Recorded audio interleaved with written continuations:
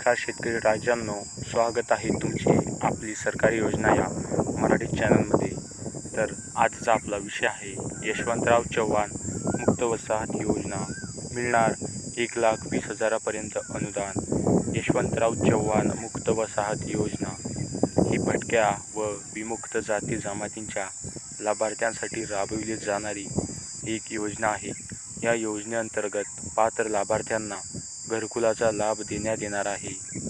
ही योजना इतर मागास बहुजन कल्याण या विभागातर्फे राबविली जाणारी एक योजना आहे।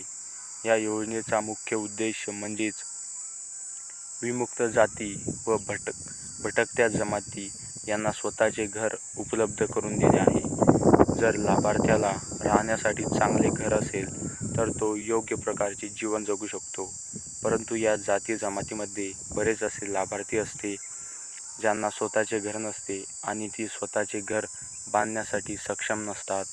मागास समाजाचा विकास करणे हा या योजनेचा मुख्य उद्देश आहे। लाभार्थ्याला योजनेचा लाभ घेण्यासाठी अर्ज करावा लागणार आहे। हा अर्ज कसा करायचा आणि यासाठी कोणती कागदपत्रे आवश्यक आहेत ही संपूर्ण माहिती या व्हिडिओमध्ये दिलेली आहे, त्यामुळे हा व्हिडिओ शेवटपर्यंत नक्की पहा आणि आपल्या चॅनलला सबस्क्राईब करा, जेणेकरून या योजनेचा लाभ घेताना तुम्हाला काही अडचणी येणार नाहीत। यशवंतराव चव्हाण मुक्त वसाहत योजना कोणत्या आहे अटी पाहूया। या योजनेचा लाभ घेण्यासाठी अर्जदार हा महाराष्ट्राचा रहिवासी असायला हवा। लाभार्थ्याकडे स्वतःचे पक्के मकान नसावे। यापूर्वी लाभार्थ्याने घरकुल योजनेचा लाभ घेतलेला नसावा। ही योजना एका परिवारातील एकाच व्यक्तीला दिली जाणार आहे। या योजनेअंतर्गत पात्र लाभार्थ्यांना 5 गुंठे जमीन देण्यात येणार आहे आणि 269 चौरस फूट इतक्या जागेमध्ये हे घरकुल देण्यात येणार आहे। या योजनेसाठी फक्त विमुक्त आणि भटक्या प्रवर्गातील लाभार्थीच पात्र ठरणार आहे। यशवंतराव चव्हाण मुक्त वसाहत योजना अर्ज करण्यासाठी आवश्यक कागदपत्रे।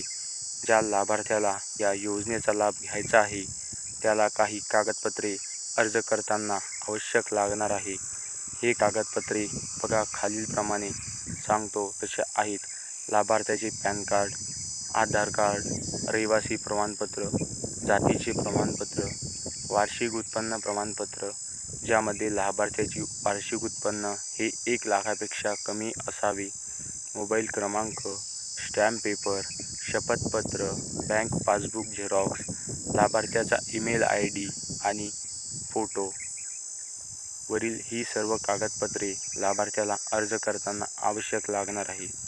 कोठे करायचा अर्ज हा सर्वात महत्त्वाचा मुद्दा आहे आणि हे समजून घेणे अति आवश्यक आहे। या योजनेचे लाभ घेण्यासाठी लाभार्थ्याला अर्ज करावा लागणार आहे। हा अर्ज लाभार्थ्याला ऑफलाईन पद्धतीने करावा लागणार आहे।